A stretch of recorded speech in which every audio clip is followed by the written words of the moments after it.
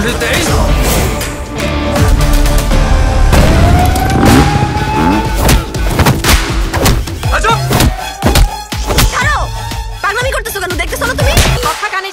জঙ্গলি জানোয়ার। হ্যাঁ হ্যাঁ আমি জঙ্গলি।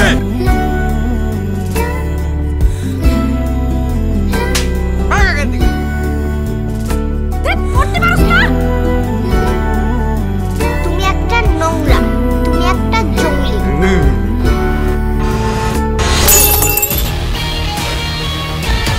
একটা মানুষের জীবন এভাবে নষ্ট হয়ে গেল। ছোট একটা মেয়ে বাচ্চা দেখছেন?